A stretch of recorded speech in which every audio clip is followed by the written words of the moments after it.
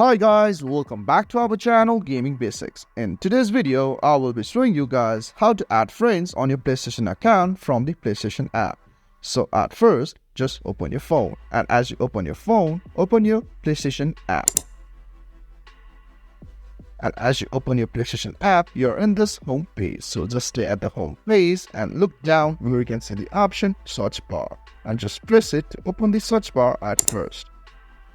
And as you open the search bar page, all you have to do is go in the option right here and select the players. And as you select it, go in the search bar and type the player name you know or you want to add for yourself.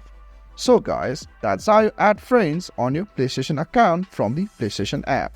If you find our video helpful, please leave a like and please do not forget to subscribe our channel. Also hit the bell icon to get updates with our latest videos. And drop a comment for reviews and more content like this. I will see you guys again in our next video. Thank you for watching.